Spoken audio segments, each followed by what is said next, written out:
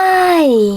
In front of me is OPPO Find X5 Lite, and today I would like to show you how you can install and apply iOS launcher on this OPPO.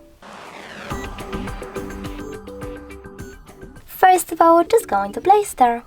Then you need to click on the search bar and type in iOS launcher. Following that, install this free app from this developer and open it. Now select while using the app and allow in all pop-ups, swipe up and choose Home button. Over here you need to click on iOS launcher, then select Don't Ask Again, click on iOS launcher one more time and tap on Got it. As you can see, after that, app layout was applied successfully on my OPPO.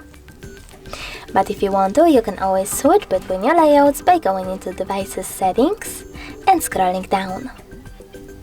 Now you need to select Apps section under Battery, so misclick, and tap on Default Apps.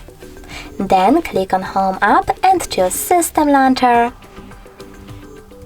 or Apple one. Thanks so much for watching. If you enjoyed this video, leave a like, comment and subscribe. Bye!